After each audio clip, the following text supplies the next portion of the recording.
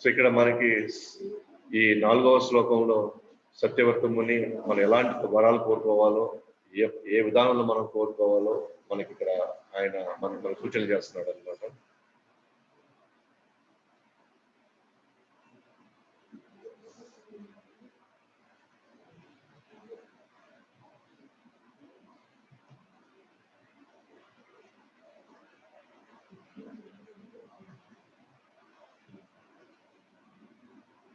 So ఏ విధానంలో మనం చేయాలని సూచన చేస్తున్నాడు. కాబట్టి ఆయన ఏం కోరుకుంటున్నాడు ఇక్కడ, నాకు ఎలాంటి వరాలు వద్దు, నాకు సాయుధ్య ముక్తి వద్దు, అంటే భగవంతుడు లీనమయ్యేటువంటి ముక్తి వద్దు.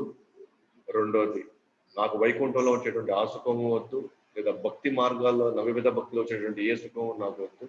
నాకు కేవలం బాలగోపాలుడు యొక్క ఆ రూపాన్ని నాకు నిరంతరం నా హృదయంలోకి పదిలంగా ఉండిపోయేటువంటి ఈ ముక్తి మాత్రం నాకు ఈ వరం మాత్రం నాకు కావాలి. సదా మనస్యాభిరాస్తాం కిమన్యే, ఇంతకంటే వేరే వరం ఇంకేం కావాలి.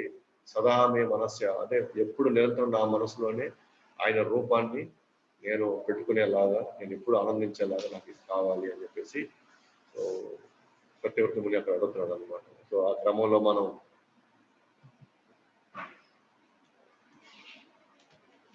నన్ను 5 రకాల ముక్తులు మనం చూసాము.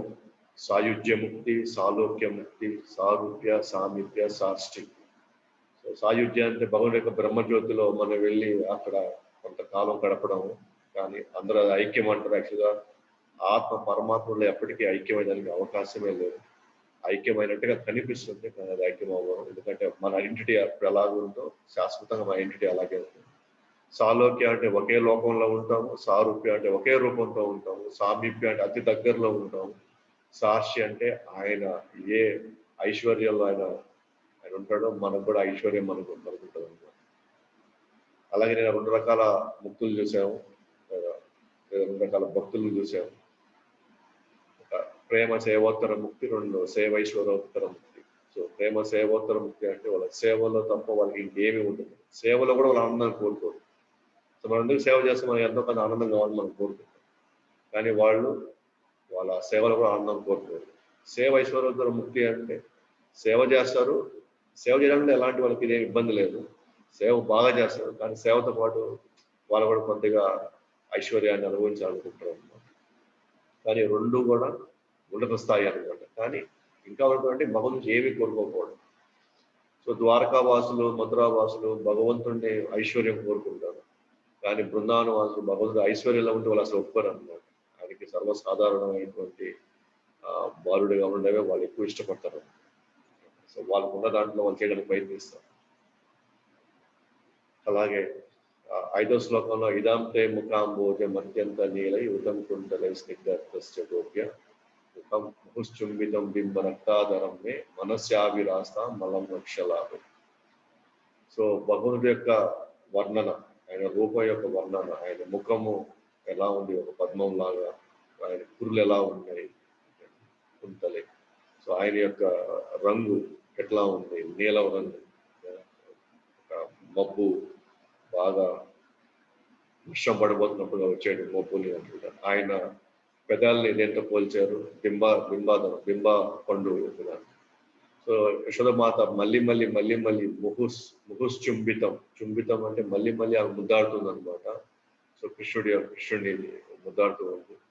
సో అలాంటి ఆ పదే ముద్దాడేటువంటి ఆ సన్నివేశం సదా నా మనస్య, మళ్ళీ అలాంటి ఆ ముద్దు పెట్టేటువంటి ఆ సన్నివేశం, పదే ముద్దు పెట్టేటువంటి ఆ సన్నివేశం నిరంతరంగా నా మనసులో అది పదిలం అయిపోవాలని చెప్పేసి సత్యవర్త ముని కోరుకుంటున్నాడు అనమాట. సో మనం అర్థం చేసుకోవచ్చు, అంటే గొప్ప భక్తులు ఐదరు కృష్ణుడు స్మరణలో ఉండాలనుకుంటారు, కృష్ణ రూపంలో ఇప్పుడు దర్శించాలనుకుంటారు, లేదా కృష్ణుడు కథలో ఎప్పుడు ఉండాలనుకుంటారు, లేదా కృష్ణుడు ప్రసాదం తీసుకోవాలని.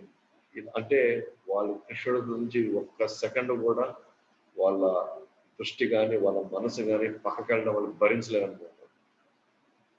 అంటే వాళ్ళకి శూన్యమైపోతారు అనమాట. వాళ్ళకి ఇంకా వాళ్ళకి ఎట్లా వాళ్ళు అది తట్టుకోలేరు అనమాట. సో అలాంటి ఒక గాఢమైనటువంటి బంధంలో ఉంటారు అనమాట.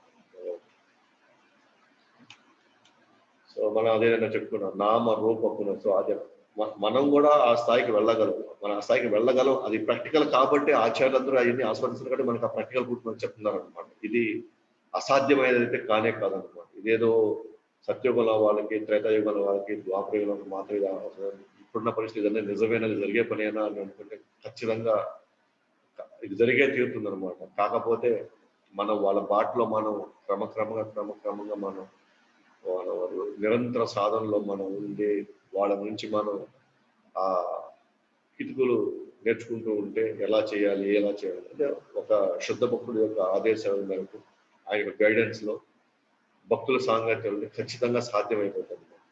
అది ఇక్కడ మనం చూసాం.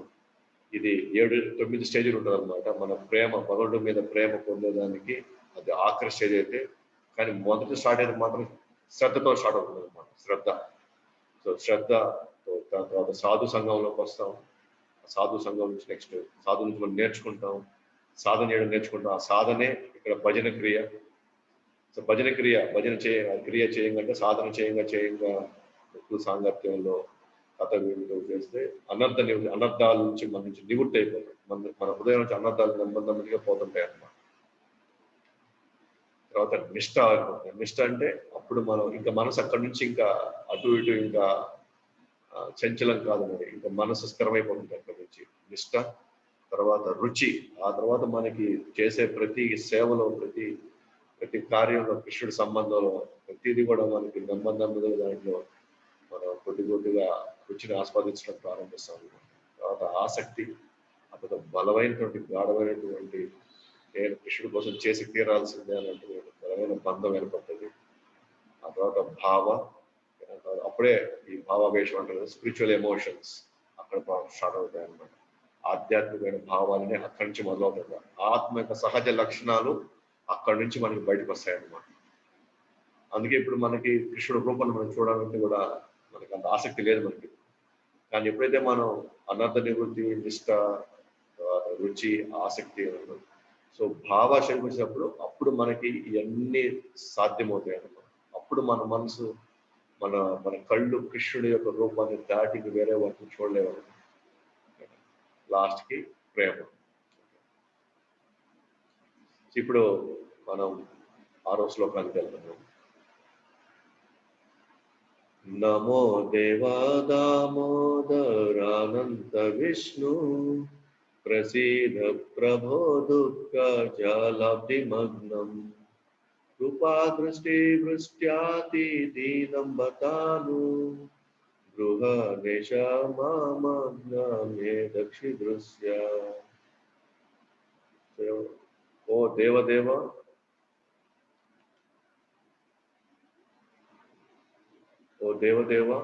నేను నీకు ప్రణామాలు అర్పిస్తున్నాను.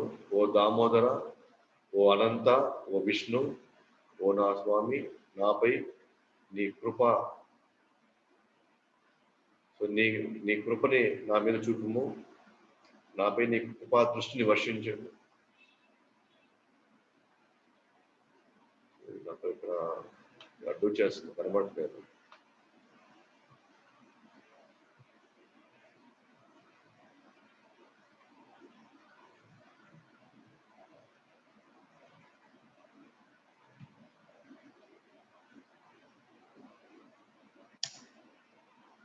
సో నాపై నీ కృప చూపుము, నాపై నీ కృపా దృష్టిని వర్షించి ప్రాపంచిక దుఃఖ సాగరంలో మునిగిన ఈ మూర్ఖుడిని దరిచేర్చి నా కళ్ళకు నువ్వు దర్శనం ఇవ్వము.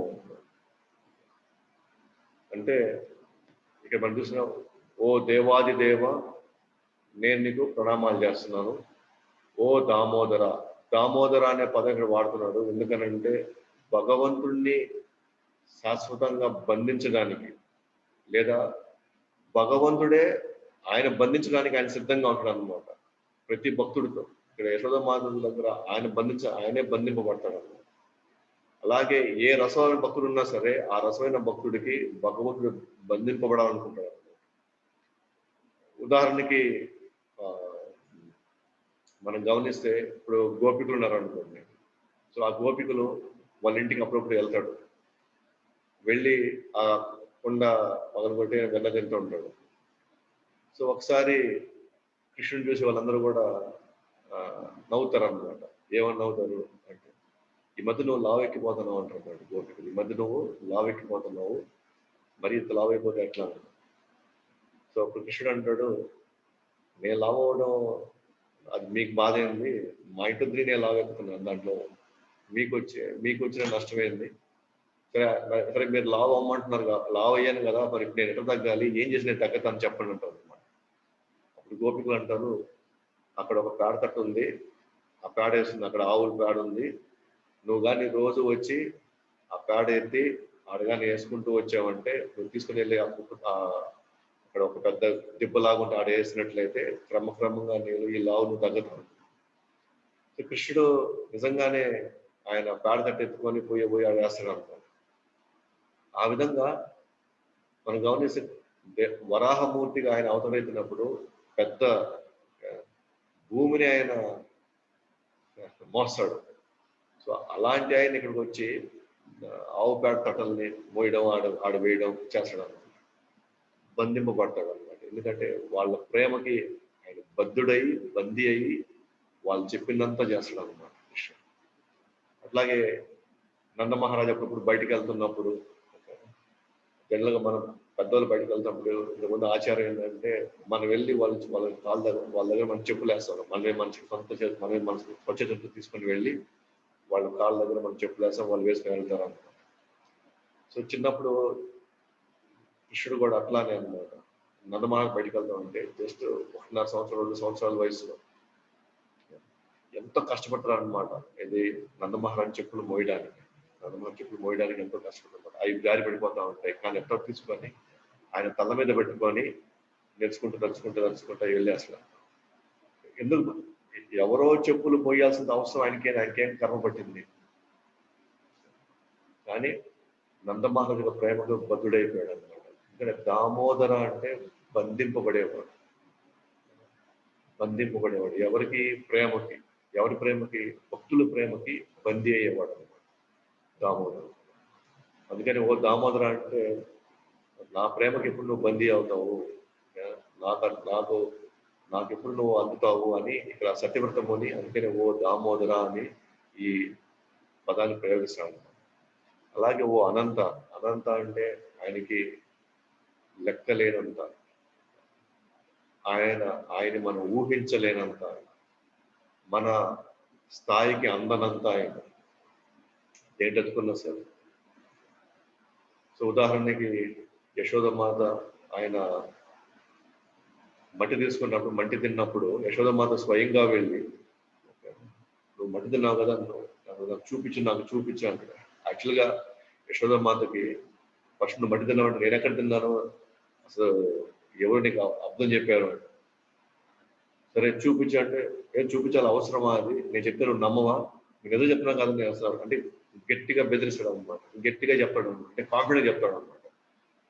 అంత కాన్ఫిడెంట్ చెప్పినప్పుడు వాళ్ళ ఉద్దేశం ఏంటంటే, యశోదమాత చూడదలే అంటే కాన్ఫిడెంట్ చెప్పాడు కాబట్టి ఖచ్చితంగా తినట్లే అని యశోదమాత అనుకుంటుందేమో అని అతను అనుకుంటాడు, కృష్ణుడు అనుకుంటాడు. కానీ యశోదమాత లేదు, నేను నమ్మను, నువ్వు ముందు నోరు తెరువు అంటాడు.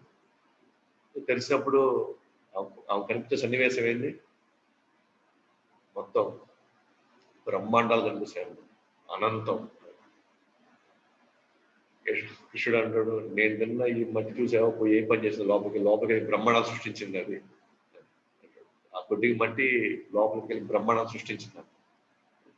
సో అంటే ఆయన అనంతం అన్నమాట. అంటే సర్వ సృష్టి ఆయనలో ఉంది. ఆయన ఎంత మనం కొలవగలం, ఎంత నేను బంధించగలుగుతాం. అందుకే యశోదమాత దామోదరుని కట్టేసేటప్పుడు ఎందుకంటే లోపల అనంతమైనటువంటి విశ్వం ఉంది అక్కడ. సో ఆయన కట్టడానికి ఆమె శ్రమించబడుతుంది. కానీ ఎప్పుడు భగవంతుడే నన్ను కానీ అన్నప్పుడే ఆయన కట్టగలిగింది. లేకపోతే ఆయన విశ్వాన్ని పూర్తిగా నింపుకున్న భగవంతుడిని ఎలా బంధించగలుగుతారు, ఎవరు బంధించగలుగుతారు, కష్టం. అట్లాగే ఇంకోటి ఏమన్నా లాస్ట్ లో ఇంకొక విస్మరించేటువంటి విషయం, అనంతం అంటే భగవద్గీతలో మన 11వ అధ్యాయంలో అర్జునుడు విశ్వరూపం చూపిస్తాడు కృష్ణుడు అర్జునుడికి విశ్వరూపం చూపిస్తాడు. కృష్ణుడు చూసి ఆశ్చర్యపోతాడు అనమాట. ఎటు చూసినా నీ కళ్ళు ఉన్నాయి, ఎటు చూసినా నీ తలలు ఉన్నాయి, ఎటు చూసినా నీ పాదాలు ఉన్నాయి, నువ్వు మొత్తం ఎటు చూసి నువ్వే కనిపిస్తున్నావు, అసలు నేను ఎలా నేను చూడగలిగేది, నేను ఎలా నేను అంచనా వేయగలిగేది, ఇది ఎక్కడ మొదలు ఎక్కడుంది, నీ అంతం ఎక్కడుంది అని చెప్పాడు. సో అందుకే అనంతం, అనంతం అంటే అన్లిమిటెడ్. మనం ఎప్పుడు కూడా మన ఆలోచనలకి ఎప్పుడు ఆయన అందే వ్యక్తి కాదు. సో ఈ ఆధునిక సమాజంలో, ఈ ఆధునిక విజ్ఞానం ద్వారా కొంతమంది భగవంతుడిని చూడాలని, భగవంతుడిని క్యాల్కులేట్ చేయాలని, భగవంతుడిని వాళ్ళ వాళ్ళ ఫార్ములాల్లోనో లేకపోతే వాళ్ళ ఎక్స్పెరిమెంటల్లో బంధించాలని ట్రై చేస్తున్నారు. సో అది జరిగే పని కాదు. ఎందుకంటే ఆయన అనంతం అన్నమాట. తర్వాత ఏమన్నాడు, ఓ విష్ణు. విష్ణు అనే పదం ఇప్పుడు వాడుతున్నాం మళ్ళీ భగవంతుడు. విష్ణు అనే పదం ఎందుకు వాడుతున్నాం? విష్ణు ఒక్కడు మాత్రం, విష్ణు యొక్క నామంలో ఒక అర్థం ఏమొస్తుందంటే, ఆయన చేసిన సృష్టిలో ఆయనే దూరగలుగుతాడు అనమాట. సో ఆయన తయారు చేసిన సృష్టిలో ఆయనే ఎంటర్ అవ్వగలుగుతాడు, ఆయనే దానిలో వెళ్ళగలుగుతాడు సృష్టిలో. ఉదాహరణకి మహావిష్ణు నుంచి ఈ అఖిలాండ కోటి బ్రహ్మాండాలు ఎన్నో వస్తాయి అన్నమాట, విగ్రహం వస్తాయి. కానీ ప్రతి బ్రహ్మాండంలో ఆయన వెళ్ళగలుగుతాడు. మళ్ళీ వెళ్ళి ఆ బ్రహ్మాండాన్ని ఆయన మెయింటైన్ చేస్తాడు. అలాగే ఇంకొక విషయం ఏంటంటే, ఆయన ప్రతి అణువును సృష్టించింది ఆయనే, కానీ ప్రతి అణువులో కూడా మళ్ళీ ఆయన వెళ్ళి ఉండగలుగుతాడు. సో మనలాంటి వాళ్ళు మనం సృష్టించగలుగుతాం, కానీ సృష్టిలోకి మనం వెళ్ళగలం. సపోజ్ మనం ల్యాప్టాప్ సృష్టించామనుకోండి, ఆ ల్యాప్టాప్ పోయి మనం ఉండలేము. మనం మొబైల్ సృష్టించామనుకున్నాం, మొబైల్లో పోయి మనం ఉండవు. కాబట్టి మనం గమనిస్తే, మనం ఒక పరిధిలో మనం ఏదైనా కడితే, మనం లోపలికి ఒక ఇల్లు లాంటిది కడితే మనం పోయి ఉండగలము, కానీ ప్రతి అణువులోకి పోయి మనం ఉండలేము. కానీ విష్ణువు ఏంటంటే ప్రతి అణువులోకి ఆయన ఉండగలుగుతాడు. సో ఆయనకి తెలియదంటూ లేదు, ఆయనకి జరగదంటూ ఏం లేదు. తర్వాత అలాగే కృష్ణుడు కూడా మనం గమనిస్తే, యమునా నది సృష్టించింది ఆయనే, దాంట్లో కాళీయాన్ని పెట్టింది ఆయనే, మళ్ళీ ఆ కాళీయాన్ని బయటికి వెళ్ళడానికి మళ్ళీ నీళ్ళలోకి వెళ్ళి మళ్ళీ కాళీయాన్ని తరిగింది కూడా మళ్ళీ ఆయన. సో ఆయన సృష్టించిన దాంట్లో మళ్ళీ ఆయనే వెళ్తాడు. సో ఆ విధంగా మనం గమనిస్తే ఆయన పేరు దామోదర, ఓ అనంత, ఓ విష్ణు అంటే, దయచేసి నాపై కృప చూపము, నీ కృపా దృష్టి నా మీద ఉంచండి. సో భగవంతునికి దృష్టి మన మీద పడాలి. ఎందుకంటే భగవంతు దృష్టి పడింది అని అంటే ఇంకా అతనికి ఏ డోకా ఉండదు అనమాట. ఆయనకి ఎటువంటి లోటు ఇంకా ఉండదు. ఒక ప్రైమ్ మినిస్టర్ దృష్టి వచ్చి చీఫ్ మినిస్టర్ దృష్టి మన మీద పడింది అనుకోండి, ఇంకా అతనికి ఆ దేశంలో కానీ లేకపోతే ఆ రాష్ట్రంలో కానీ అతనికి కాందంటూ జరగదంటూ ఏముంటుంది. ఎక్కడికి పోయినా, ఎటువంటి దగ్గరికి పోయినా సరే ఆయనకి ఫ్రీ పాస్ ఉంటుంది. ఎక్కడ పోయినా సరే ఆయన ఏది తీసుకున్నా సరే ఆయనకి అన్ని అందించేస్తారు ఎవరైనా సరే. అంటే కేవలం భౌతిక ప్రపంచంలో ఒక శక్తివంతమైన వ్యక్తి యొక్క దృష్టి మన మీద పడినప్పుడే మనకి ఇంత అవకాశం ఉన్నప్పుడు, అఖిలాండ కోటి బ్రహ్మాండం యొక్క ఆయన కృప మన మీద పడినప్పుడు. ఎందుకంటే సత్యవంతుడు అంటున్నాడు, నేను చాలా దుఃఖ సాగరంలో ఉన్నాను, ఈ దుఃఖ సాగరం ఏదలేకపోతున్నాను, నాకు శక్తి సామర్థ్యాలు లేవు ఇవి దూరడానికి, ఇవి చేయడానికి, కానీ నీ కృప, నీ దృష్టి కన్నా మీద కానీ పడింది అంటే మాత్రం నేను ఖచ్చితంగా బయటపడగలను. దయచేసి ఈ మూర్ఖుడికి నా కళ్ళకు నువ్వు దర్శనం ఇవ్వసావు. ఎందుకంటే మనం ఆర్డర్ చేసే భగవంతుడు మనకు దర్శనం ఇవ్వడు. మన ప్రేమకి, మన సేవకు బందీ అయితే ఆయన తలుచుకుంటే ఆయన కృపతో ఆయన బయటికి రావాల్సిందే, ఆయన మనకి దర్శనం ఇవ్వాల్సిందే తప్ప మన ఆర్డర్ మీద ఆయన మనకి కనబడ్డాను. ఇప్పుడు మనం ఎంత రాత్రిపూట మన పెట్రోల్ మార్క్స్ లైట్ కానీ ఎంత తీసుకొని వెళ్ళి సూర్యుడిని వెతకాలని మనం ప్రయత్నిస్తాం, సూర్యుడు మనకు కనబడదు. మనకి సూర్యుడు కనబడాలంటే సూర్యుడు బయటికి రావాలన్నమాట. అంటే ఆయన వచ్చే వెలుగులో మన సూర్యుడు చూడగలుగుతాం. అంతేగాని రాత్రి మనం ఎంత పెద్ద లైట్ తీసుకొచ్చి మనం ఫోకస్ పెట్టినా సరే మనకు సూర్యుడు కనబడదు. అంటే సూర్యుడు యొక్క దయతో మళ్ళీ మనం సూర్యుడు చూడగలుగుతాం. అలాగే ఇక్కడ కూడా కృష్ణుడి యొక్క దయతో ఆయన దర్శనం ఇవ్వాలనుకుంటే, ఆయన మనకు కనబడాలనుకుంటే ఆయన మనకు నిలబడతాడు తప్ప, సో మనం వచ్చేసి ఆయన్ని ఆర్డర్ చేసి భగవంతుడిని మనం దర్శనం చేసుకునే పరిస్థితి అయితే మనం లేవు. అందుకే ఈయన అంటాడు, నా కళ్ళకు దర్శనం ఇవ్వు అన్నాడు, ఈ మూర్ఖుని దరిచేసి ఈ దుఃఖ సాగర్ నుంచి బయటపడేసి.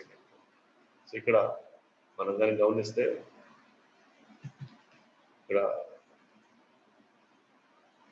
సో 4 విషయాలు ఇక్కడ సత్యవర్త ముని ఆడుతాడు అనమాట ఈ శ్లోకం నుంచి. ఒకటి ప్రసీద, 2 కృపాదృష్టి, 3 అనుగ్రహం, 4 మే అధ్యక్ష దృశ్యం. అంటే ప్రసీద అంటే నీ యొక్క దయ నా మీద కురిపించాను. ప్రసీద అంటే ఆయన్ని సంతోషపెట్టేటువంటి విషయాన్ని, లేదా దయచేసి నేను నిన్ను సంతోషపెట్టలేను, నేను కానీ నేను చేసాక ఏ కొద్దిగా సేవకు, కొద్ది ప్రేమకు దయచేసి నువ్వే సంతోషపడు, నువ్వే తృప్తిపడు అంటున్నావు. అంటే ఆయన తృప్తిపరిచే అంత ఇది మనలో లేదు. కానీ నేను చేసే ఏ చిన్న సేవకో, లేదా నేను చేసే చిన్న కార్యక్రమానికో దయచేసి నువ్వు తృప్తిపడు అంటున్నాడు. అంటే ఇక్కడ సత్యవర్త క్లియర్ చేసేస్తున్నాడు, నిన్ను తృప్తిపరిచే అంత శక్తి నా దగ్గర లేదు. సో ప్రసీద అంటే దయచేసి నువ్వు తృప్తిపడిపో, నేను చేసే చిన్న చిన్న వాటికి అంతకంటే నాకు శక్తి లేదు, అంతకంటే నేను చేయలేను. కానీ నువ్వు నా కార్యాలు నీకు తృప్తిపరిచేలాగా దయచేసి నువ్వే ఆ అవకాశం నువ్వే తీసుకో అంటున్నాను. 2వది కృపాదృష్టి. కృపాదృష్టి అంటే సో ఆయన దృష్టి మన మీద పడాల. వాస్తవానికి మనం మందిరానికి వెళ్తుంటాం, మందిరానికి వెళ్ళి సో దర్శనం చేసుకోమంటున్నాం, దర్శనం చేసుకుంటాం. యాక్చువల్గా వాస్తవానికి మనం పోయి దర్శనం చేసుకోవడానికి, మన దర్శనంలో మన కళ్ళకి ఏం కనబడుతుంది అక్కడ, మన దర్శనానికి ఏమి కనబడదు అనమాట. ఎందుకంటే అక్కడ రాయి, లేకపోతే చెక్క, లేకపోతే పంచలోహ విగ్రహము ఎప్పుడు నిలబడే ఉంటాడు. సో మన ఈ మాంస ముద్దలకి కృష్ణుడు మనకి ఏ విధంగా కనబడతాడు? మన అంత ఆ స్థాయి దాటి మనం వెళ్ళి మనం చూడగలిగింది ఏం లేదా. కానీ యాక్చువల్గా మనం చెప్పాల్సింది ఏంటంటే ఇక్కడ సో మనం పోవడం వల్ల కృష్ణుడి దృష్టి మన మీద పడుతుంది. కృష్ణుడు మనల్ని దర్శిస్తాడు అనమాట. కృష్ణుడు చూపులు మన మీద పడడానికి మనం వెళ్ళాలన్నమాట. ఎందుకంటే ఆయన దృష్టి మన మీద పడినప్పుడు మన జీవితాలు చల్లగా ఉంటాయి అన్నమాట, మన జీవితాలు బాగుంటాయి. ఎందుకంటే మనకి ఇప్పుడు అవకాశం లేదు, మనం భగవంతుడిని ఆ స్థాయిలో ఆస్వాదించడానికి లేదా ఆయన్ని తలుచుకోవడానికి మనకు అవకాశం లేదు. కానీ ఆయన కళ్ళు మన మీద పడితే, ఆయన దర్శనం మన మీద పడితే, ఆయన దృష్టి మన మీద పడితే మన జీవితాలు హాయిగా ఉంటాయి. అందుకే మనం రోజు దర్శనానికి వెళ్ళాలి, రోజు మనం దర్శనం చేసుకోవాలి భగవంతుడు. ఎందుకంటే మనం భగవంతుడు చూపు మన మీద పడాలి.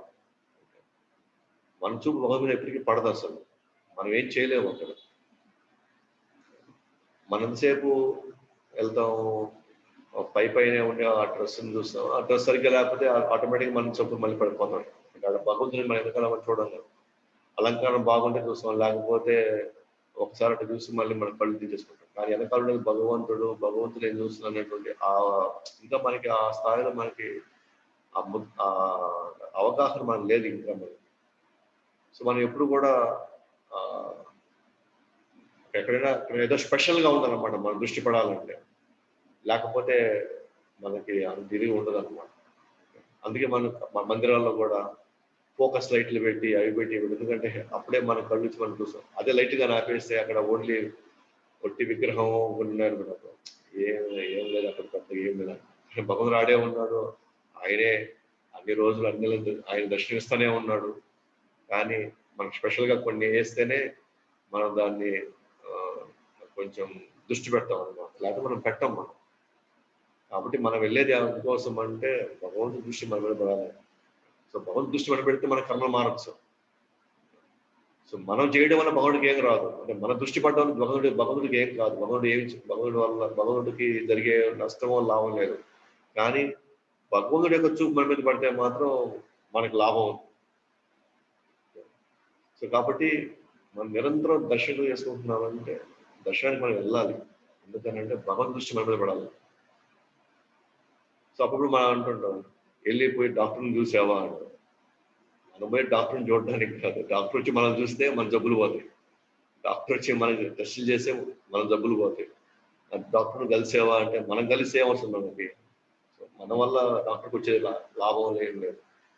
అని డాక్టర్ దృష్టి మన మీద పడితే మనకి ఆ రోగం నుంచి బయటపడి మనం ఆనందంగా ఉంటాం అన్నమాట. సో కాబట్టి సో మనం తెలుసుకోవాల్సింది మనం భగవంతుడి దృష్టిలో పెట్టాలి.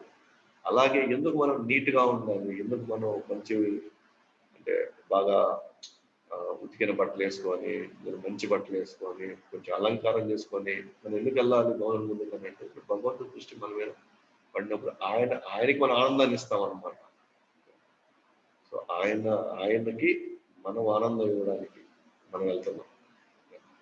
కానీ మన బద్ధ జీవనంలో ఎప్పుడు ఏంటంటే మనకి ఎట్లా ఆనందం వస్తుంది, మనం ఎట్లా ఆనందాన్ని మనం చేయాలా, మనకి ఎప్పుడు ఆనందం వస్తుందా అని చూస్తుంటాం.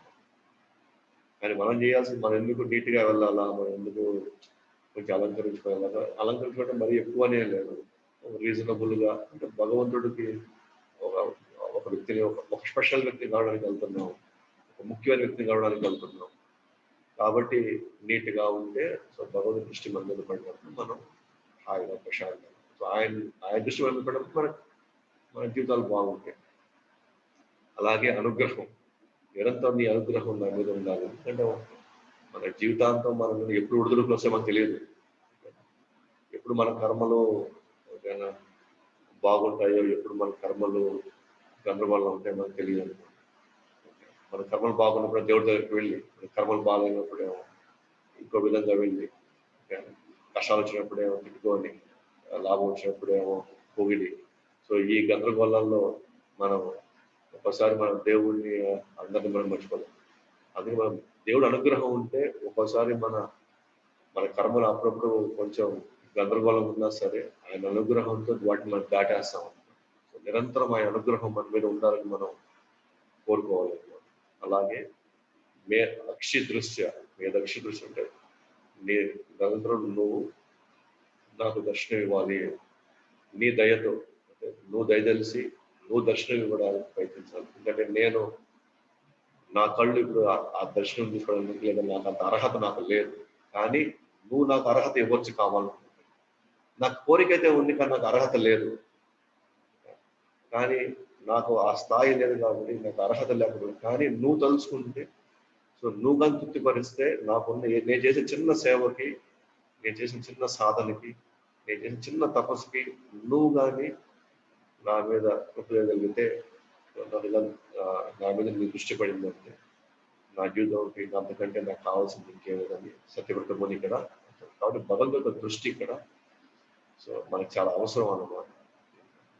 సో అందుకనే మనం ఎప్పుడు అవకాశం వచ్చినా సరే, ఎంత అవకాశం వచ్చినా సరే మనం మందిరానికి వెళ్ళి కృష్ణ దర్శనం చేసుకోవాలి. ఆయన అనుగ్రహము, ఆయన మన మీద కురిపించేటువంటి ప్రేమతో మనకి ఎన్ని అడ్డంకులు వచ్చినా, ఎన్ని అవరోధాలు వచ్చినా అన్ని రకాలుగా భగవంతుడు మనల్ని కాపాడగలరు. నెక్స్ట్ శ్లోకం.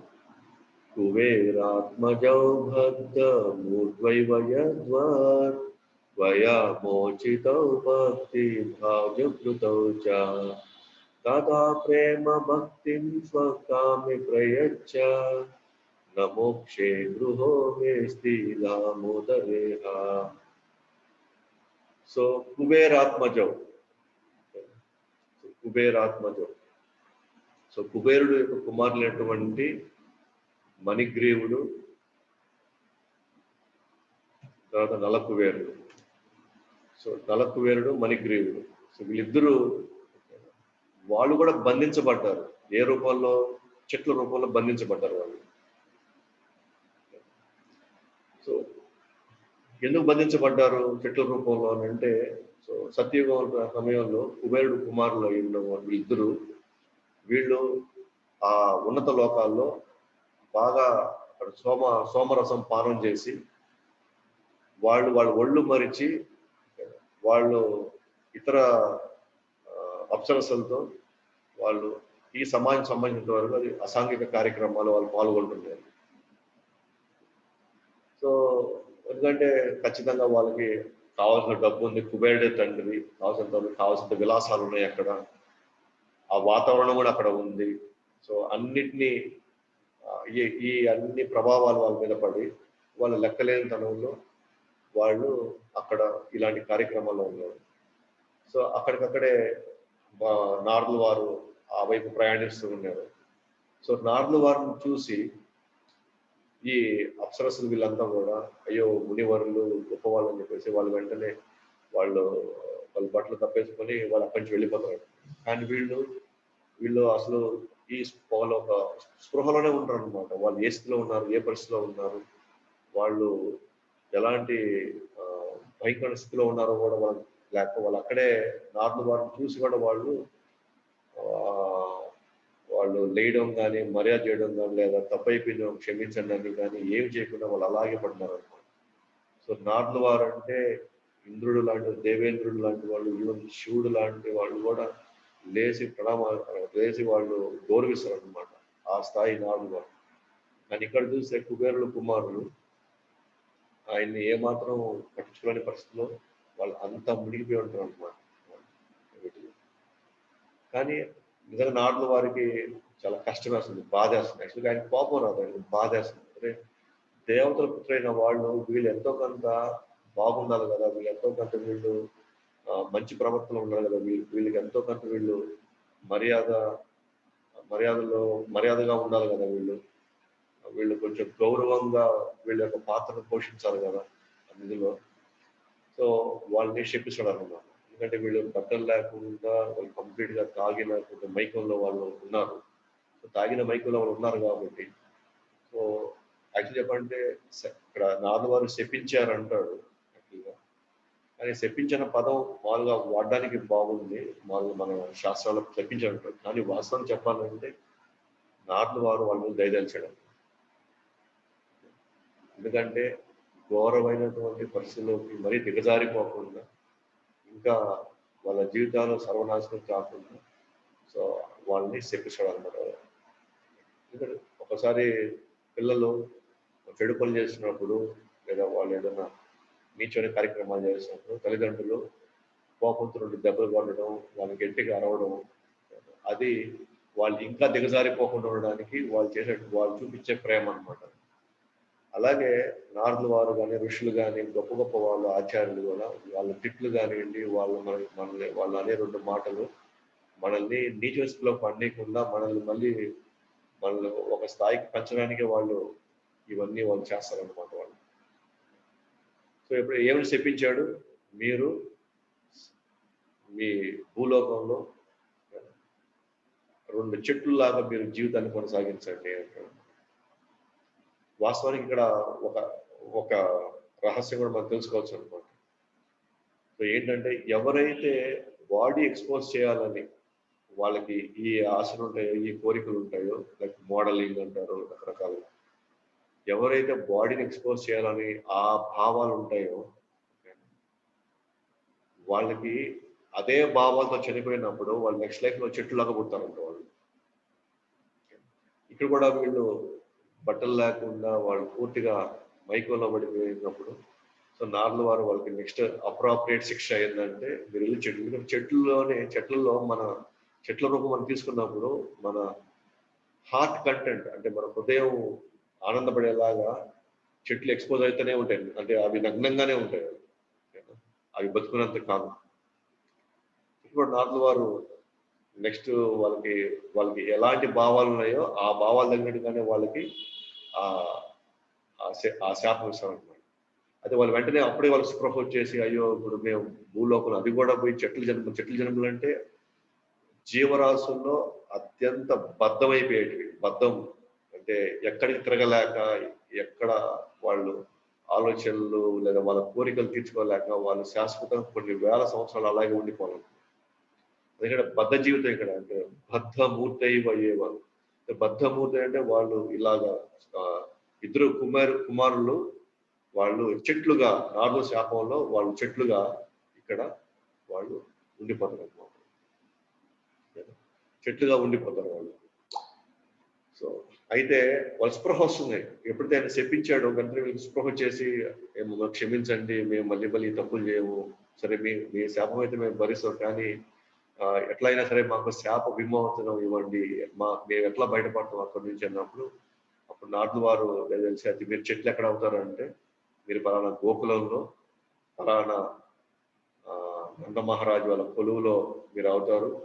కాలక్రమంలో మీకు దేవాదేవుడు శ్రీకృష్ణుడు వచ్చి మిమ్మల్ని ఈ శాప విమోచనం మీకు చేస్తారని చెప్పేసి నారదుల వారు అప్పుడు చెప్పుకుంటారు అనమాట. సో నారదుల వారు అప్పుడు చెప్పినప్పుడు వాళ్ళు ఆనందపడతారు. ఇది జరిగింది సత్యయుగంలో అయితే, కృష్ణ వచ్చింది ద్వాపర యుగంలో. అంటే ఎన్ని లక్షల సంవత్సరాలు వాళ్ళు అక్కడే చెట్లుగా ఉన్నారు మీరు ఆలోచించండి. సో వచ్చి సో ఎప్పుడైతే ఇక్కడ కృష్ణుడిని యశోదమాత రోలుకి బంధించేస్తుందో, కృష్ణుడు అటు ఇటు చూసుకొని ఆయనకి అప్పుడు గుర్తొస్తుంది అనమాట. ఏమి నారదుల వారు ఇప్పుడు చెప్పున్నారు కదా, వీళ్ళు ఈ 2 చెట్లు కుబేరుడు యొక్క కుమారుడు కదా, మణిగ్రీవుడు, అయితే ఆ తర్వాత ఇంకో పేరు. సో వీళ్ళిద్దరిని నా ద్వారా వీళ్ళు శాప విమోచనం పొందుతారని చెప్పేసి ఆయన చెప్పాడు కదా నారదుల వారు. కాబట్టి ఎలాగో నేను కూడా బందీ అయి ఉన్నాను. సో నేను బందీ అయినటువంటి వాళ్ళని విమోచన చేస్తాను. సో మనం అర్థం చేసుకోవచ్చు, భగవంతుడు బందీ అయినప్పటికీ కూడా ఇంకొక బందీలో ఉన్న వాళ్ళని ఆయన మోక్షం ఇప్పించగలరు కదా, వాళ్ళని జన్మమృతి జరావృత్తులు బయటపడేయవచ్చు. వాళ్ళు మనలాంటి వాళ్ళు మనం బందీలం అయి ఉంటే ఇంకో వాళ్ళు వాళ్ళు బంధు విముక్తులు మనం చేయలేము. ఇప్పుడు మన చేతులు ఎవరైనా కట్టేస్తున్నారు అనుకోండి, మన చేతులు కట్టేసిన మనం ఇంకో చేతులు కట్టేసిన వాళ్ళు మనం రిలీజ్ చేయలేము. మనకి అవకాశం లేదు. ఇప్పుడు మనం సత్వగుణం, రజో, తమో గుణాల్లో మనం బందీ అయిపోయి ఉంటాం ఈ శరీరంలో. సో బందీ అయిన మనము ఇంకొక వ్యక్తికి వాళ్ళని విడుదల చేయలేము. మనం శారీరక స్థితిలోంచి మనం విడుదల చేయలేము. లేదా ఇంకొకరు ఎవరైతే ఈ 3 గుణాల ప్రభావంలో వాళ్ళు పడిపోయి ఉంటారో మనం బందీ వాళ్ళని అక్కడికి రిలీజ్ చేయలేము. వాళ్ళని బందీ అయిన మనం ఇంకొక బందీ అయిన వాళ్ళని ఎలా మనం బయటపడేయగలుగుతాం? కానీ భగవంతుడు మాత్రమే ఏ స్థితిలో ఉన్నా సరే, ఎటువంటి వాళ్ళైనా సరే వాళ్ళకి ముక్తి ఇవ్వగలుగుతాడు అనమాట. వాళ్ళని రిలీజ్ చేయగలుగుతాడు ఎక్కడి నుంచి అయినా సరే. కాబట్టి ఇక్కడ ఈ దామోదరుడు బందీ అయినప్పటికీ కూడా వెళ్ళి ఆ బద్ధ జీవుల్ని, ఎవరైతే నలకువేర, మణిగ్రీవ, వీళ్ళిద్దరిని కంచి వాళ్ళు ఎప్పుడైతే ఆయన ఆ 2 చెట్ల మధ్య ఆ రోడ్లు లాగుతాడు, ఆటోమేటిక్గా అక్కడి నుంచి ఇద్దరు బాగా త్వరగా మెలిసేటువంటి ఈ మణిగ్రీవుడు, ఈ నలకువేరుడు ఇద్దరు బయటకు వస్తారు.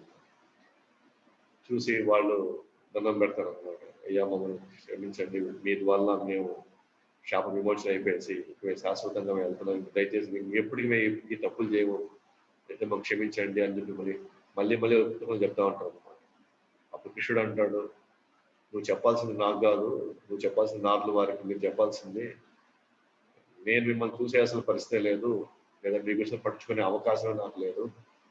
అయితే ఆ శుద్ధ భక్తులైనటువంటి, ప్రేమ భక్తులైనటువంటి ఆ నారదుల వారు చెప్పారు కాబట్టి నేను తప్పక వచ్చి నేను చేయాల్సి వచ్చింది.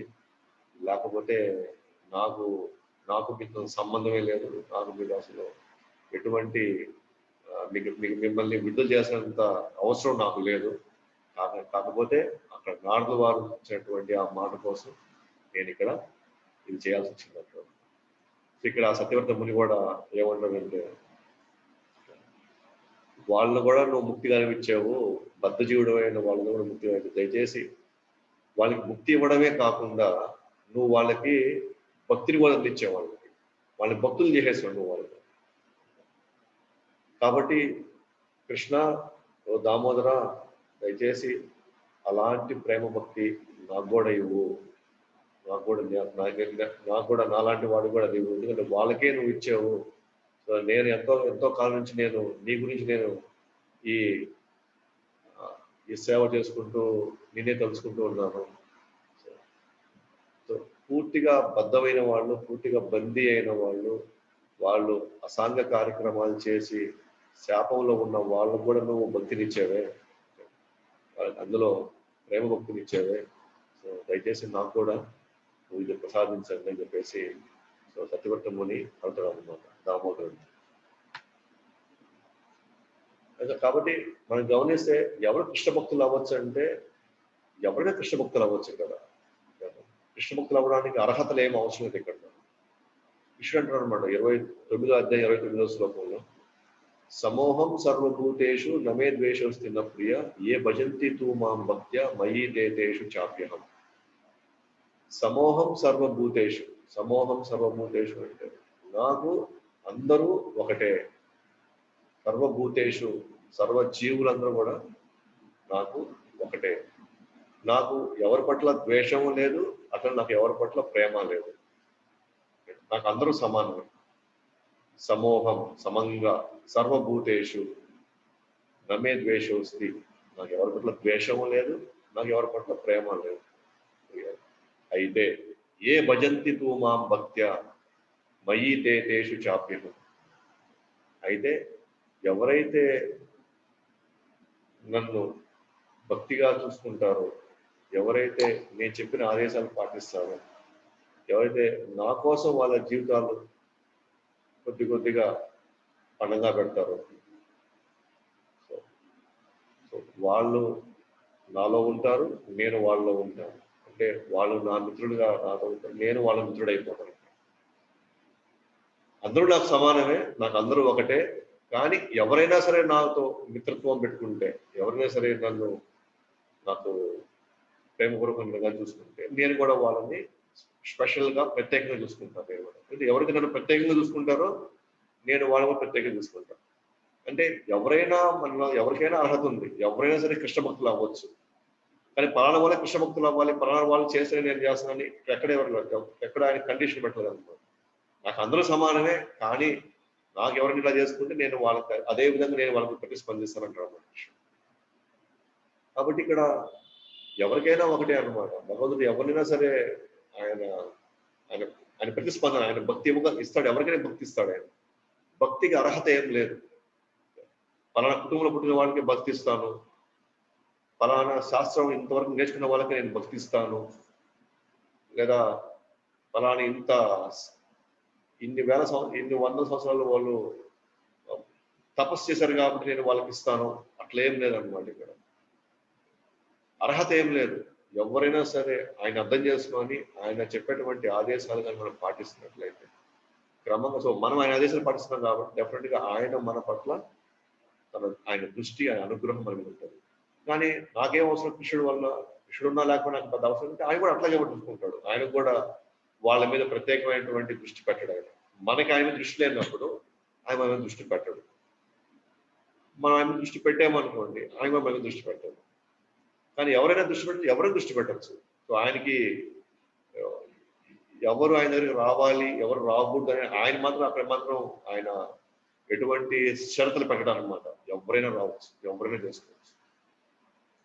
కాబట్టి ఇక్కడ మనం గమనిస్తే, సో అయితే ఇక్కడ ఈ నలకువేర మణిగ్రీవుడికి యాక్చువల్గా ఆయనకేం చేయాల, వాళ్ళు అలాంటి అసాంఘిక కార్యక్రమాల్లో ఉన్నారు, వాళ్ళ నార్లు వారి యొక్క శాపనానికి వచ్చారు. కానీ ఆయన కూడా యాక్చువల్గా ఇక్కడ స్టేట్మెంట్ ఏంటి, నాకు కానీ ఎవరైనా చేసి నేను చేస్తున్నాడు. కానీ ఇక్కడ మనం గమనిస్తే కృష్ణుడు వాళ్ళు రిలీజ్ చేశాడు. యాక్చువల్గా వాళ్ళు ఏం చేయాలి, ఆయన కూడా రిలీజ్ చేశాడు. ఎందుకని,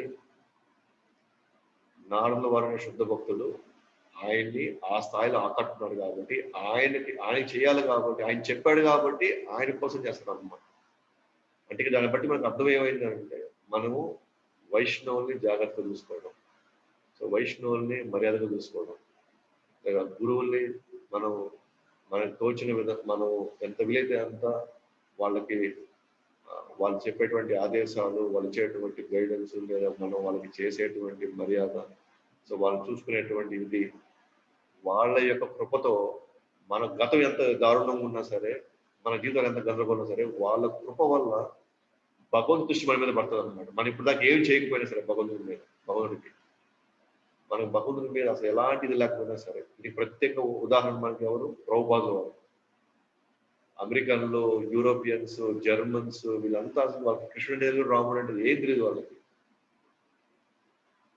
వాళ్ళ జీవితాలంతా కూడా మాంసభక్షణతో, మత్తు పానీయాలతో, వ్యభిచారంతో, జూదాలతో నిండిపోయినాయి వాళ్ళ జీవితాలు. కానీ ప్రభుపాదుల వారి యొక్క కృప మేరకు వాళ్ళ గతంలో నిజంగా అంత సుకృతి ఉందో లేదో మనకు తెలియదు, నిజంగా చేసుకోలేదో తెలియదు. కానీ ప్రభుపాదుల వారి యొక్క ఆదేశాల మేరకు వాళ్ళు వెళ్ళారు కాబట్టి ప్రభుపాదుల వారి యొక్క కృప మీద వాళ్ళందరూ గొప్ప భక్తులు అవ్వడం, వాళ్ళు సన్యాసులు కూడా అయ్యారు.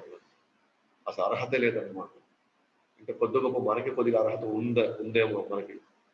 ఎందుకంటే కాస్త కోసం మనం ఆ స్థాయిలో మాంసభక్షణ, మత్తు పానీయాలు, వ్యభిచారం ఇంకా అంత విచ్చబడితనానికి రాలేదు. కానీ అయినా కూడా వాళ్ళు ఆ స్థాయిలో ఉన్నప్పుడు కూడా ఒక శుద్ధ భక్తుడి యొక్క ఆజ్ఞ మేరకు సో ఆయన ఈ హరినామాన్ని ప్రపంచం మొత్తం వ్యాప్తి చెందుతారు కాబట్టి సో ప్రస్తుతానికి వాళ్ళే ఆయనకి వార్డులయ్యి వాళ్ళు ఎన్ని చేయాలి కాబట్టి సో భగవంతుడు వాళ్ళని ఆస్తిలో పెట్టాడు కృష్ణుడు వాళ్ళు కేవలం ప్రభుపాదుల వారి యొక్క దయ మీద. అందుకే మన గోధులలో కూడా మనం గమనిస్తే వాస్తవానికి ఇంద్రుడు గోవర్ధన లీల ఆ టైంలో అంటే విపరీతమైన వర్షం కురిపించి వాస్తవానికి బృందావన వాసంలో కూడా చంపే స్థాయికి వెళ్ళిపోతారు అనమాట. ప్రళయంలో వచ్చేటువంటి ఆ వర్షాన్ని కురిపించు వీళ్ళ జీవితాలు నాశనం అయిపోవాలి, అప్పుడు కానీ నా శక్తి తెలియదని ఆ స్థాయిలో ఆదేశిస్తాడు అనమాట ఇంద్రుడు. కానీ కృష్ణుడు గోధుమగిరి ఎత్తి బృందావన వాసుల్ని, ఆవుల్ని ఆయన నమ్ముకుని అందరినీ కాపాడుకుంటాడు. మామూలుగా తన భక్తుల్ని ఎవరైనా కించిత్ మాట అంటేనే కృష్ణుడు తట్టుకోలేడు. అలాంటిది ఇంద్రుడు అందరినీ సర్వనాశం చేయాలనుకునే స్థాయికి అంటే ఇప్పుడు కృష్ణుడు ఏ స్థాయిలో అతని మీద ద్వేషం కానీ లేదా అతన్ని ఏ స్థాయిలో అతన్ని ఇబ్బంది పెట్టాలా, అతను కష్టపెట్టాలి ఇప్పుడు కృష్ణుడు. కానీ ఇంద్రుడు తెలివిగా ఏం చేశాడంటే వెళ్ళి సురభి ఆవుని వెళ్ళి పట్టుకుంటాడు. సురభి ఆవు గోలోకంలో శాశ్వతంగా కృష్ణుడికి నిరంతరమైనటువంటి సేవ చేసేటువంటి ఆవు గోమాత. సో ఇంద్రుడు వెళ్ళి ఆ శుద్ధ భక్తురాలైనటువంటి సురభి ఆవుని పట్టుకొని దయచేసి నా వల్ల తప్పైపోయింది, నేను ఇట్లా నా అహంకారంతో నా గర్వంతో నేను ఇంత పని చేసాను, కృష్ణుడి యొక్క ఇది నాకు కృష్ణుడు నేను చూడలేను, కృష్ణుడు నేను ఎదురుపడలేను, కృష్ణుడు ఏం చేసిన నాకు తెలియదు, దయచేసి నువ్వు చేయాలన్నప్పుడు అప్పుడు యాక్చువల్గా సురభి ఆవుని తీసుకొస్తాడు అనమాట. ఎవరు ఇంద్రుడు తీసుకొని వచ్చి మాట్లాడినప్పుడు అప్పుడు కృష్ణుడు సురభి ఆమె చేసిన ప్రార్థనల వల్ల సో కృష్ణుడు కూడా ఇంద్రుడిని ఏం చేయకుండా వార్నింగ్ ఇచ్చి వదిలేస్తాడు అనమాట. అంటే కూడా మళ్ళీ గమనిస్తే యాక్చువల్గా ఇంద్రుడి పరిస్థితి చాలా దారుణంగా ఉంది. కానీ మళ్ళీ శుద్ధ భక్తురాలు మళ్ళీ వీళ్ళ యొక్క రికమెండేషన్తో భగవంతుడు ఆయన కొంచెం తీవ్ర స్థాయిలో ఇది కాకుండా ఇది కొంచెం ఆయన సద్దుమనిగా దిక్కు చేశాడు అనమాట.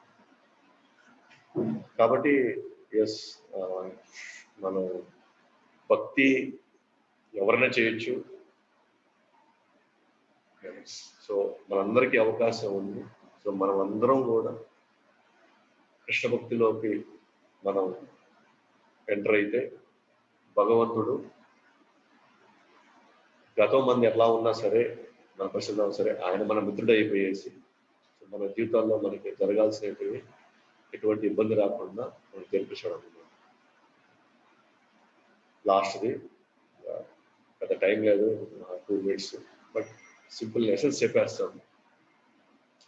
సో నమస్తేస్తు ధామ్నే నమస్తేస్తు ధామ్నే స్ఫురదీప్తి ధామ్నే త్వదీయోదరాయాద విశ్వస్య ధామ్నే నమో రాధికాయై త్వదీయ ప్రియాయై నమో నంతలీలాయ దేవాయ తుభ్యం. సో నమస్తేస్తు ధామ్నే స్ఫురదీప్తి ధామ్నే. సో నమస్తేస్తు ధామ్నే అంటే ఇక్కడ ధామ్నే అంటే ఆయన కట్టినటువంటి ఆ తాడు, ఆయన కట్టినటువంటి తాడు. స్ఫురదీప్తి ధామ్నే ఇక్కడ ఇంకో ధామ్నే అంటే ఆయన యొక్క ధామం అనమాట. నిరంతరం ప్రకాశించేటువంటి స్ఫురదీప్తి. స్ఫురత్ అంటే ఎప్పుడు ప్రకాశవంతమైనటువంటి ఆయన ధామం. త్వదీయోధరాయాద విశ్వస్య ధామ్నే. సో ఆయన యొక్క విశ్వం, ఆయన చెప్పేది మనం చెప్పుకుంటాం, ఆయన విశ్వం కూడా ఈ సకల కోటి సృష్టి మొత్తం ఆయన ధామమే కాదు, ఈ సకల కోటి విశ్వం కూడా ఆయనే, ఈ విశ్వం కూడా ఆయనే మళ్ళీ. ఆ విశ్వానికి కూడా నమస్కరిస్తున్నాడు అన్నమాట. ఎందుకంటే ఆయన లేకపోతే ఈ విశ్వమే లేదు. ఆ విశ్వం అంతా ఈయన నిండిపోయి ఉన్నాడు. విశ్వంలోనూ ఉన్నాడు, విశ్వం బయట ఉన్నాడు. మొత్తానికి అంటే ఏది వదలకుండా సత్యవ్రతముని సర్వం నువ్వే, సర్వం నీదే అని ఆయన ప్రార్థిస్తున్నాడు అన్నమాట. నమో రాధికాయ త్వదీయ ప్రియాయ నమోనంత లీలాయ దేవాయ దివ్య. ఫస్ట్ టైం రాధారాణి యొక్క ఇది వాడుతున్నాడు, ఆ పదాన్ని వాడుతున్నాడు. శ్రీమతి రాధారాణి యొక్క పదాన్ని వాడుతున్నాడు. ఎందుకనంటే ఈయన కోరుకునేది ప్రేమ భక్తి కోరుకుంటున్నాడు. ఈయన ప్రేమ భక్తి ఒక దగ్గర ఉంటున్నాడు అనమాట. అది బ్రజభక్తి, అంటే బృందావనంలో మాత్రం ఉంటుంది ఆ బ్రజభక్తి. అయితే బృందావనంలో ఆ భక్తి కావాలంటే, ఆ ప్రేమ భక్తి కావాలంటే అది శ్రీమతి రాధారాణి యొక్క పర్మిషన్ లేదే కృష్ణుడు ఎవరికి ఇవ్వడం అన్నమాట. ఆమె యొక్క అనుగ్రహం లేదే బృందావన భక్తి మాత్రం ఎవ్వరికి ఇవ్వడు కృష్ణుడు. ఆమె సూచిస్తేనే, ఆమె యొక్క పర్మిషన్ ఉంటేనే ఇస్తాడు కృష్ణుడు. అయితే ఏమంటున్నాడు, నాకు బాలగోపాలుడు యొక్క ఆ రూపం నాకు నా మదిలో ఎప్పుడు స్థిరంగా, నా మనసులో స్థిరంగా ఉండిపోవాలంటున్నాడు. బాలగోపాలుడు ఎక్కడున్నాడు? బ్రజభూమిలో ఉన్నాడు. ఆయన ద్వారకాలు లేడు, మథురాలు లేడు. ఆయన ఉన్నది ఎక్కడ? బృందావనం. కానీ అంటే బృందావనంలో ఉన్న కృష్ణుడు ఆ కనీసం ఆ ఫోటో నా మనసులో పడాలన్నా సరే మనకి శ్రీమతి రాధారాణి యొక్క అమ్మవారి యొక్క అనుగ్రహం ఉండాలి. ఎందుకంటే బృందావనంలో ఉన్న కృష్ణుడు రూపాలు కానివ్వండి, కృష్ణుడు లీలలు కానివ్వండి, కృష్ణుడు కార్యాలు కానివ్వండి, ఏదైనా కానివ్వండి మన మనసులో శాశ్వతంగా ఉండాలంటే అది రాధారాణి యొక్క మెర్సీ కావాలి, అనుగ్రహం ఉండాలి. లేకపోతే మనము ఇక్కడ కూర్చొని గంటలు గంటలు మనం మెంటల్గా మనకు మనం ఊహించుకున్నా కూడా అది మన ఎగ్జాస్ట్ అయిపోతాం. అది మన వల్ల కాదు. గట్టిగా అంటే 2 రోజులు ప్రయత్నిస్తాం, 3 రోజులు ప్రయత్నిస్తాం అన్నమాట. ఆ తర్వాత మనకి విసుగొచ్చేస్తుంది. ఎందుకంటే అది క్యాప్చర్ చేసే కెపాసిటీ మనకు ఉండదు. సో యోగులు, జ్ఞానులు వీళ్ళంతా కూడా మ్యాక్సిమం ట్రై చేస్తారు అనమాట, క్యాప్చర్ చేద్దామని. ఇది క్యాప్చర్ చేసేటువంటి విషయం కాదన్నమాట, ఇది అనుగ్రహంతో వచ్చేదన్నమాట. అందుకే ఇక్కడ భక్తిలో మనకి సరెండర్ ఇంపార్టెంట్ అనమాట. రాదంతా నేను నిరూపిస్తాను చూడండి. సో ఇక్కడ యాక్టివేట్ పనికిరాదు భక్తిలో. నేనేదో చూపిస్తాను, నేను బంధించి చూపిస్తాను అంటే ఇది వర్కౌట్ కాదు. ఇక్కడ భక్తిలో కేవలము గురువుకి ఎంత సరెండర్ అవుతామో, భక్తులకి ఎంత సరెండర్ అవుతామో అంత సులభంగా మనకు వచ్చేస్తాయి అనమాట ఇవన్నీ. లేకపోతే మన సొంత ప్రయత్నం మీద మనం కానీ ఏదో చేయాలనుకుంటే మాత్రం ఇక్కడ అంగుళం కూడా మనం ఏం చేయలేము. సో అప్పుడప్పుడు మనకి 2 విషయాలు వస్తాయి అన్నమాట. అంటే కోతి, పిల్లి. సో ఈ 2 జీవరాశులు, ఈ 2 జంతువులు. సో కోతి తన బిడ్డని ఎలా తీసుకెళ్తుంది, పిల్లి తన బిడ్డని ఎలా తీసుకెళ్తుంది, తన పిల్లని. ఇప్పుడు కోతి తన పిల్లని తీసుకెళ్ళాలంటే కోతి పిల్ల గట్టిగా పట్టుకోవాలా, కోతిని, తల్లి కోతిని గట్టిగా పట్టుకోవాలి. అదప్పుడు ఎగరతా ఉంటే ఈ కొమ్మ నుంచి ఆ కొమ్మకి ఎగరుతుంటే అప్పుడప్పుడు కోతి పిల్ల అది పట్టు తప్పిపోయేసి ఒకసారి కింద పడిపోతుంది, భయం కూడా ఉంటుంది, ఒకసారి జారి పడిపోతుంది కూడా. ఇది యోగుల యొక్క పరిస్థితి ఇట్లా ఉంటుంది అంటారు. అంటే వాళ్ళు మాక్సిమం క్యాప్చర్ చేయడానికి ట్రై చేస్తారు, కానీ అది ఉండదు, వెళ్ళిపోయి ఉంటుంది. అంటే ఎంత కష్టపడినా సరే అది వర్కౌట్ కాదంట.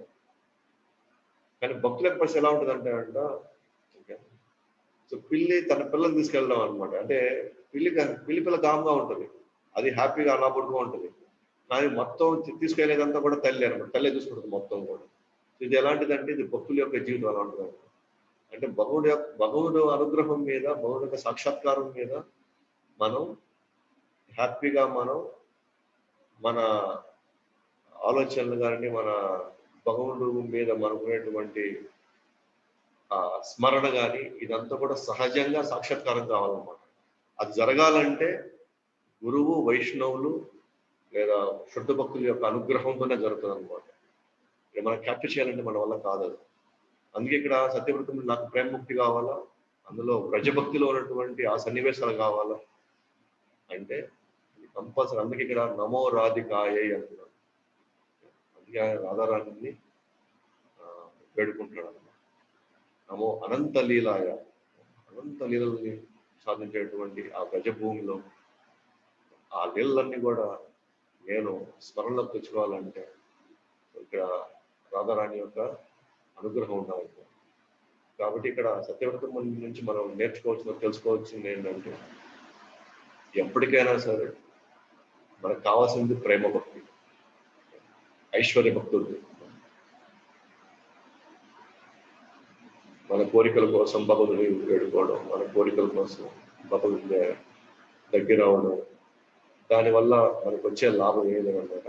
బట్ ప్రేమభక్తిలో భగవంతుడే సమర్పితం అవుతుంది మనకి. భగవంతుడే మనకి ఏం చేయాలని ఆయన ఆలోచిస్తాడు. సో ఆయనే మనం తీసుకునేలాగా, ఆయనే మనం చేసుకునేలాగా, ఆయన మనలాగా అలా చేయాలంటే, మనకు అలా ఆ విధంగా చేయాలంటే సో మన వైపు చేయాలంటే చిన్న చిన్న ఈ హరికృష్ణ మంత్రం జపం చేయడం, ప్రభుపాద వారి భగవద్గీత, భాగవత పుస్తకాలు ఎంత అవకాశం చదవడం, ఎప్పుడు అవకాశం వచ్చినా సరే మన ఇళ్ళలో రోజు అవకాశం ఉంటే కొద్దిగా హారతిచ్చుకోవడం, తర్వాత ఎప్పుడు ఉత్సవాలు వచ్చినా సరే మన సేవల్లో దిగడం, ప్రత్యేకంగా మనకి గురువులు కానీ ఎవరైనా మనకి ప్రత్యేకంగా మనకు కొన్ని బాధ్యతలు ఇస్తే అది చేయడానికి మనం ప్రయత్నించడం. సో క్రమక్రమంగా కృష్ణుడు మనకు తృప్తి పడ్డాడా, కృష్ణుడు మన నిజంగా మన ఆనందపడ్డానికి మనకి ఒకే సూచన అన్నమాట. సో మన పట్ల గురువు ఆనందంగా ఉన్నాడా లేదా, మనం చేసేటువంటి కార్యాల పట్ల, మనం తీసుకున్న బాధ్యత పట్ల గురువు నిజంగా సంతోషంగా ఉన్నాడా లేదా, అదొకటి మనం చెక్ చేసుకుంటే దాన్ని బట్టి మనం చెప్పవచ్చు కృష్ణుడు నిజంగా సంతోషపడతాడా లేదా. సో గురువాష్టకంలో 8వ శ్లోకం ఉంటుంది అనమాట. గురువాష్టకంలో యస్యా ప్రసాదాత్ భగవత్ ప్రసాదో యస్యా ప్రసాద గతి కుతోపి. సో గురువు గాని సంతోషపడితే, గురువు గారు తృప్తి పడితే భగవంతుడు కూడా తృప్తి పడతాడు. సో గురువు గారిని తృప్తి పడకపోతే భగవంతుడు కూడా ఎప్పటికీ తృప్తి పడతాడు. కాబట్టి మన మెయిన్ పాయింట్ అంతా సత్యవ్రతముని అల్టిమేట్ గా భగవంతుడి యొక్క ఆయన యొక్క ప్రేమ భక్తిని కోరుకుంటున్నాడు. అది కావాలంటే సో రాధారాణి యొక్క అనుగ్రహాన్ని కోరుకుంటున్నాడు. అట్లా అదే మన బ్రజవాసుల యొక్క వాళ్ళ యొక్క ప్రేమను కోరుకుంటున్నాడు, వాళ్ళ అనుగ్రహాన్ని కోరుకుంటున్నాడు. అప్పుడే అనంతమైనటువంటి ఈ లీలలన్నీ కూడా తన స్మరణలో, తన హృదయంలో బంధింపబడ్డాడు. కానీ ముఖ్యంగా ఆయన ఏ లీలలో ఆగిపోయాడంటే ఈ వాత్సల్య భావం అయినటువంటి యశోదమాత కృష్ణుడి యొక్క ఈ సన్నివేశం ఆయన్ని బలంగా నాటుకుందనమాట ఆయన హృదయంలో. సో అది శాశ్వతంగా ఉండిపోవాలని చెప్పేసి భగవంతుని కోరుకుంటాడు. ఇది సో 8వ శ్లోకం యొక్క చిన్న సారాంశం. చాలా డిస్కస్ చేసుకోవచ్చు మనం. సో ఈ దామోదర మాసంలో మనం అందరం కూడా మన వంతుగా మనం చేయగలిగాము. కొన్నిసార్లు మిస్ అయ్యింది, కొన్నిసార్లు చేయగలిగాము. కానీ ఇది ఇక్కడితో ఆగిపోకుండా, ఇది ఇక్కడితో చేయకుండా అది నిరంతరంగా మనం పెంచుకునేలాగా మనం చేసినప్పుడు సత్యవ్రతముని, వ్రజవాసులు, ఇతర భక్తులు అందరూ కూడా ఏ విధంగా వాళ్ళు ఎన్ని భౌతిక పరిస్థితుల్లో ఎన్ని అడ్డంకులు వచ్చినా, ఎన్ని గందరగోళాలు వచ్చినా సరే వాళ్ళు ఎట్లా వాళ్ళ ప్రేమలో చెక్కు చెదరలేదు, వాళ్ళ ఆనందం చెక్కు చెదరలేదు, వాళ్ళ జీవితాల్లో ఎటువంటి ఇబ్బందులు రాలేదు. సో ఇక్కడ కూడా మనం కూడా ఆ చింతన అలాగే ఉండగలిగితే ఇక్కడ ఏ పరిస్థితులు కూడా మనల్ని ఇబ్బంది పెట్టదు అనమాట. ఏ పరిస్థితులు కూడా మనకి గందరగోళం పరచలేము. మనకు కావాల్సింది ఏ విధంగా కృష్ణుడి యొక్క స్మరణ, కృష్ణుడి యొక్క కీర్తన, కృష్ణ కథని నేను ఎప్పుడు వినడానికి ఎప్పుడు నేను ఆసక్తిగా ఉండాలనేటువంటి ఈ భావన. సో కాబట్టి ఇక్కడ ఉన్నటువంటి మనం అందరం ఈరోజు కార్తీక దీపాలు వెలిగించుంటాం లేదా వెలిగిస్తాము. దయచేసి ఈ యొక్క కోరిక మాత్రం బలంగా కోరుకోండి ఈ రోజు. ఎందుకంటే భగవంతుడు ఈ రోజు అత్యంత ఆనందంగా ఉంటారు. ఈ ముఖ్యంగా కార్తీక పౌర్ణమి రోజు. అందుకే ఇతర దేవతల యొక్క భక్తులు కూడా, శివ భక్తులు, వెంకటేశ్వర స్వామి భక్తులు, అందరు భక్తులందరూ కూడా ఈ కార్తీక పౌర్ణమిని వాళ్ళ ఎంతో ఆనందంగా, ఎంతో ఆడంబరంగా బాగా చేసుకుంటారు వాళ్ళు. అయితే వాళ్ళు ఎలా చేసుకున్నా సరే మన భావం కృష్ణుడి వైపు ఉండాలి. ఎందుకంటే వాళ్ళ ఇతర దేవతల భక్తులు కూడా ఇతర దేవతలు చేసే పని లేదనమాట, వాళ్ళు కృష్ణుడికి వైపు మరలిస్తారు అన్నమాట. కాబట్టి చాలా చాలా ధన్యవాదాలు. సో మీరందరూ కూడా ఈ నెల రోజులు సో ఉన్నంత వరకు మీరు ఉండగలిగారు, చేయగలిగారు, మీరు చేయగలిగారు. సో కొంతమంది వాళ్ళ యొక్క అభిప్రాయాలు, వాళ్ళకి ఎలా ఉంది, వాళ్ళు ఏ విధంగా వాళ్ళకి చాలా బాగుంది, ఏ విధంగా వాళ్ళు కొన్ని విషయాల నుంచి వాళ్ళు కొన్ని సమస్యల నుంచి వాళ్ళు బయటపడగలిగారు, వాళ్ళకి ఇవన్నీ నాతో పంచుకున్నారు. సో డెఫినెట్గా దీన్ని అలాగే మనం కొనసాగించడం మనం ప్రయత్నించాలి. అప్పుడు క్రమక్రమంగా మన జీవితాల్లో, మన కుటుంబాల్లో మనం ఆనందంగా ఉండడమే కాకుండా మళ్ళీ మన జన్మ లేకుండా చేసుకోవడం మన ఉద్దేశం. హరే కృష్ణ. ఇప్పుడు లాస్ట్ ఈరోజు దామోదర హారతి ఇచ్చుకొని తర్వాత సందేహాలు ఉంటే తీసుకుంటాను.